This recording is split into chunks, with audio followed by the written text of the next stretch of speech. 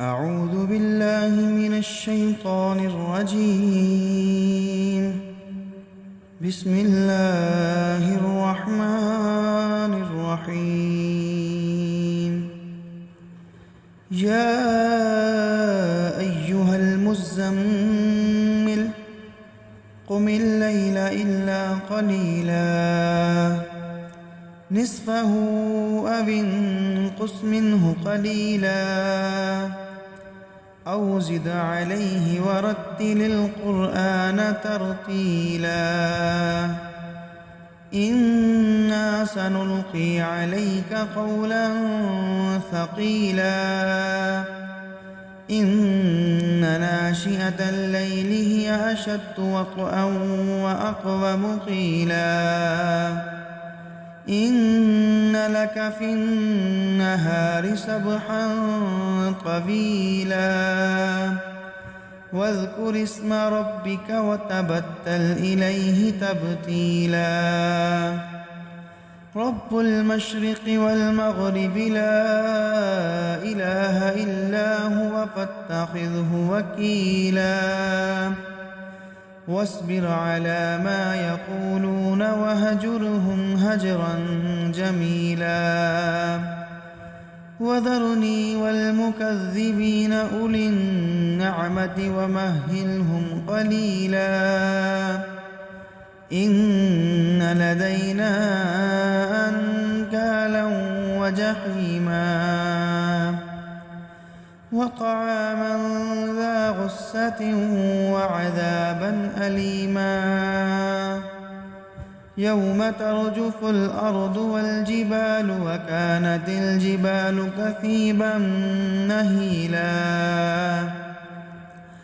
إنا أرسلنا إليكم رسولا شاهدا عليكم كما أرسلنا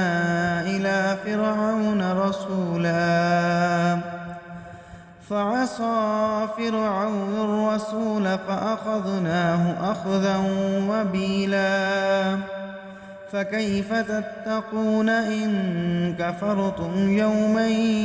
يجعل الولدان شيبا السماء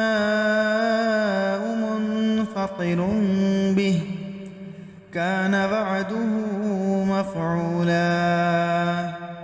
إن هذه تذكرة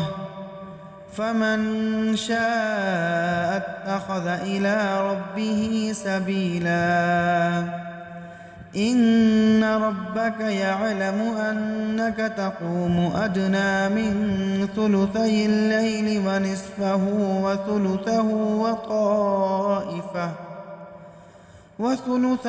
وطائفة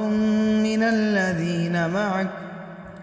والله يقدر الليل والنهار علم أن لن تحصوه فتاب عليكم فاقرؤوا ما تيسر من القرآن علم أن سيكون منكم مرضى وآخرون يضربون في الأرض يبتغون من فضل الله وآخرون يقاتلون في سبيل الله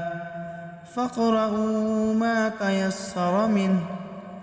وأقيموا الصلاة وآتوا الزكاة وأقرضوا الله قرضا حسنا وما تقدموا لأنفسكم من خير تجدوه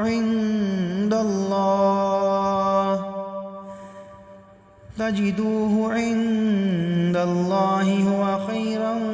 وأعظم أجرا واستغفروا الله إن الله غفور رحيم